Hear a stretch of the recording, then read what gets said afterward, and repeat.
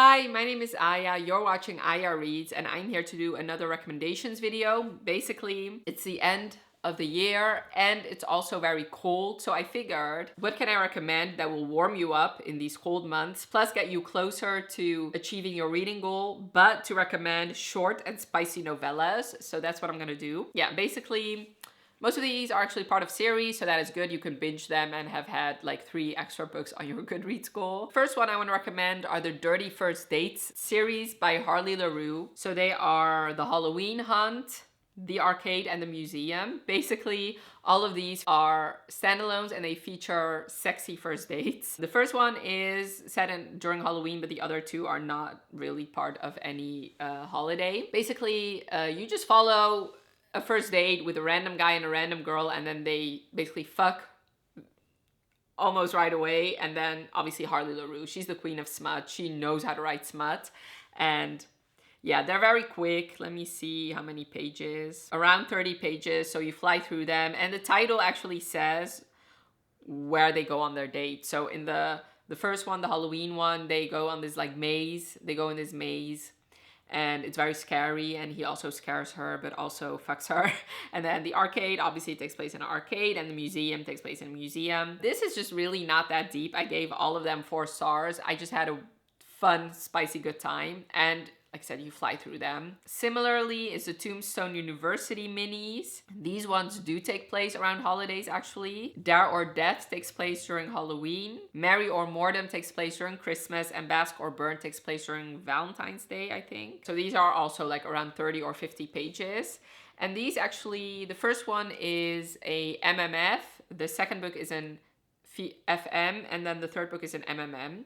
So also, some of them are polyamorous. And these all feature a different type of demon. So it's paranormal. So the first one, you follow a girl who takes part in this like truth or dare type game, but now it's Dare or Death.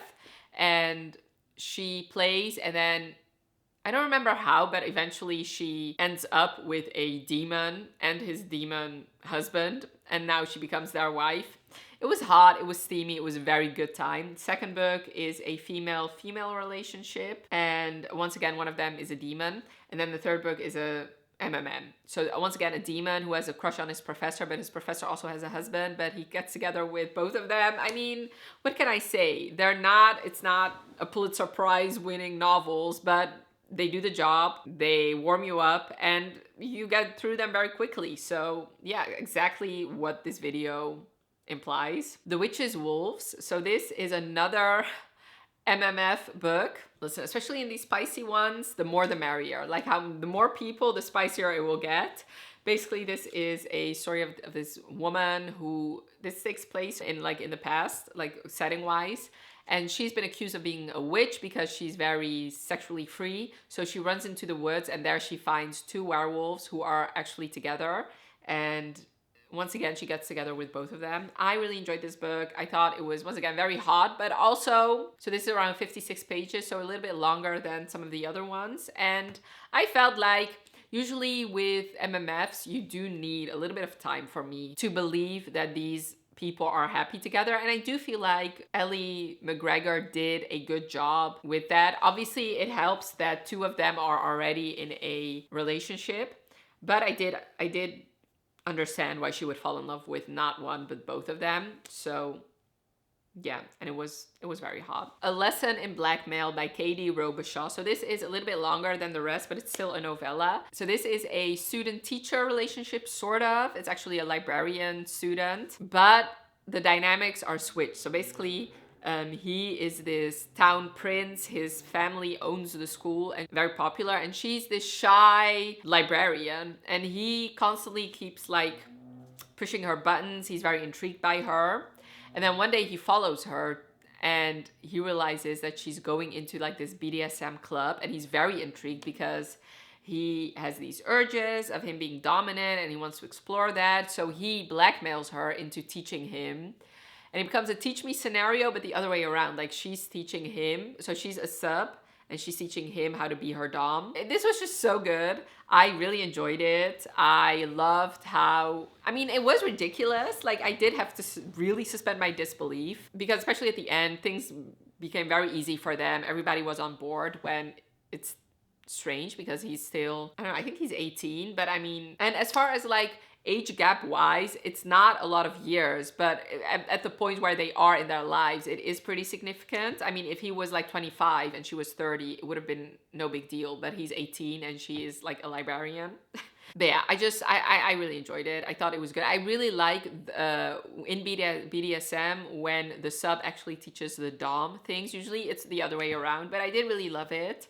And I just had a good time reading this book. The Dare by Harley LaRue. I do have to say, out of all of them, this one is the most graphic and the most, they do the most things where maybe like the kinks in here, maybe you will get uncomfortable with them. So I would say Harley LaRue is very good at writing like a list of all the kinks and all the triggers. So definitely read that before reading this book. But I thoroughly enjoyed this book. This is one of my favorite novellas of all time. And this is actually a prequel novella to the Losers duet. But I do have to say, I read this book before the Losers were ever announced. So you can read this without reading the other two. And I do have to say, I haven't read those two yet, but I would highly recommend it there. Basically, Jessica was this very popular person in high school, and she used to make fun and really bully Mason. And actually all of the losers, so there's actually 4 of them, but in this book you really focus on Jessica and Mason. And now they're at this Halloween, another one that takes place during Halloween actually. So now they're at this Halloween party, and they play this game where it's basically drink or dare, this beer pong game, and I don't really remember what the rules were, but anyway, she ends up accepting a dare where she becomes his slave for the night. And she has always known that there was something like wrong with her, where she, she likes being dominated, she likes being especially degraded.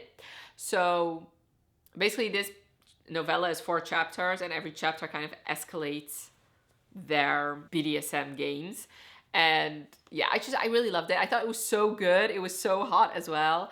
And like the games he plays with her. And actually, if you look at actually them having sex, it's not a big part of this book. It's mostly all the other things that they do. But yeah, I do have to say this is not for everyone. So definitely read like the synopsis and that list before getting into this one. But it was very hot in my opinion. I would highly recommend it. In this book, they actually also face things that happened in the past, because not everything is what it seems, and maybe she did really like him back then as well. So very good. Forbidden Fling by Kat Taylor, aka Katie Robert. So this is a boyfriend's dad scenario, and they do cheat in this book. But I do have to say, usually I hate cheating in books, but since this was only a very short novella, and it doesn't really deal with an HEA or deal with the boyfriend, and the boyfriend is really sucky in this scenario, I'm like, fine, I can deal with it. Basically, she goes on vacation with her boyfriend, but her dad also comes along, or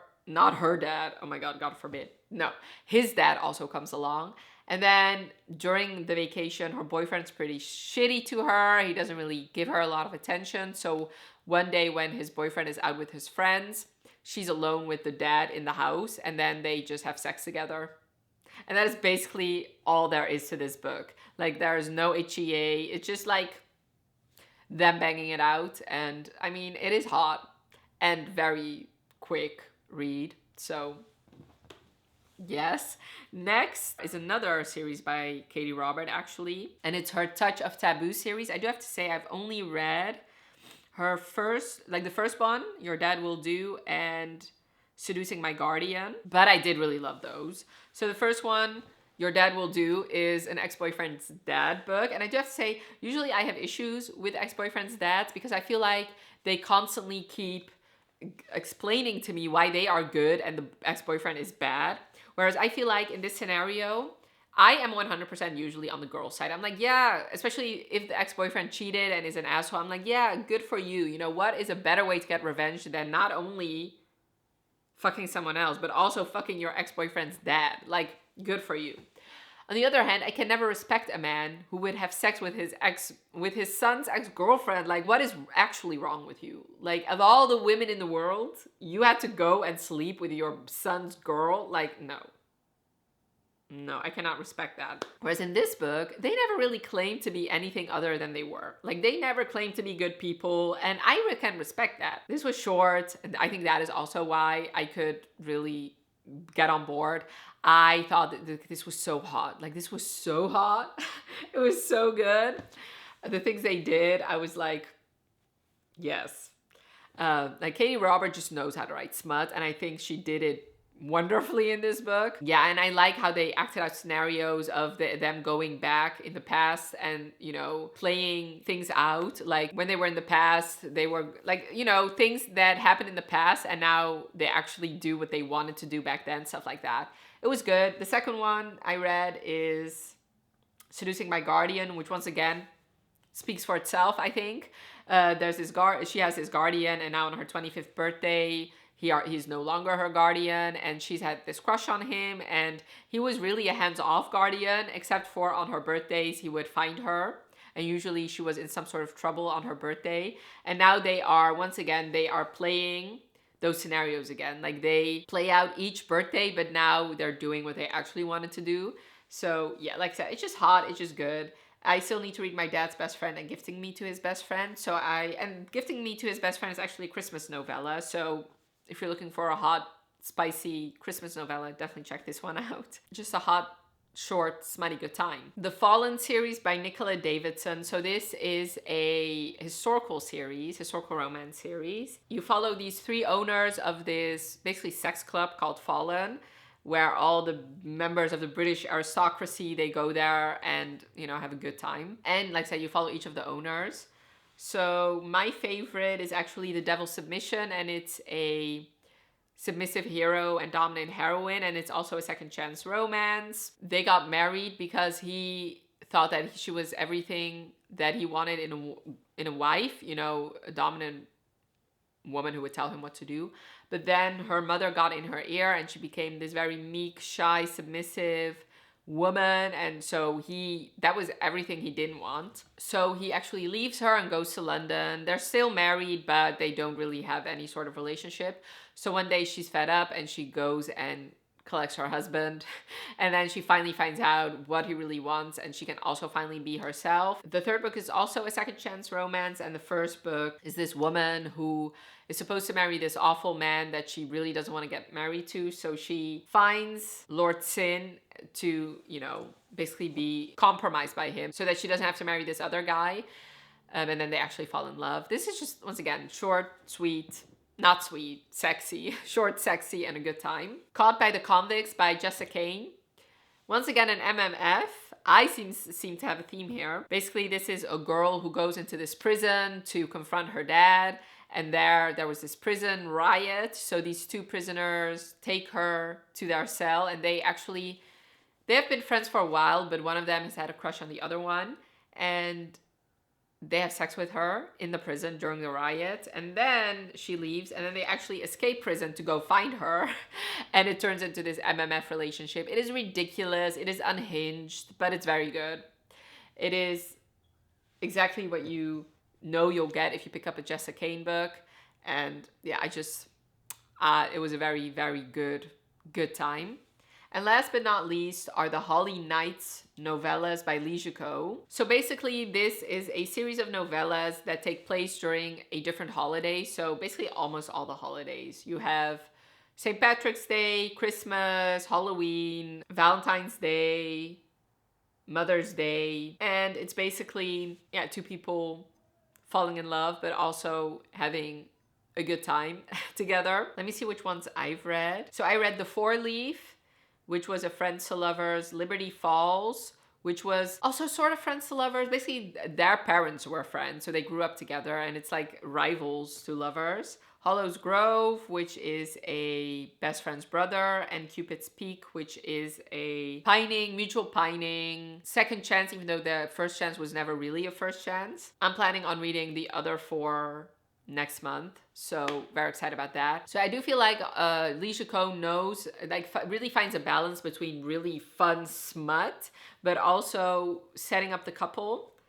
Like, with most of these, I believe that they will be together after the novella, because she does a good job in laying that foundation. My two favorites were Liberty Falls and Hollows Grove, actually. Yeah, I just feel like, once again, most of these novellas are around 100 pages, and I do feel like they do really need it to set up both the sex but also the actual relationship. So I would honestly, I would recommend any of them, but like I said, my two favorites so far are Liberty Falls and Hollows Grove. And I am very excited to read The Christmas on the 13th Floor. I just feel like Leisha Ko has become one of those authors for me. I can just pick up one of her books and I know I'm going to have a good time, because even the ones that were not really my favorites, I gave them at least 3 stars. So that means I did enjoy them. These are all my recommendations for a short, spicy good time. Definitely let me know in the comments below if you have recommendations for me and for other people watching this video, because I'm always on the lookout for short, smutty novellas. Definitely leave those in the comments below, and I really hope you enjoyed this video. Definitely let me know by leaving a like if you did, and thank you so much for watching. Have a wonderful rest of your day, and I'll talk to you later. Bye.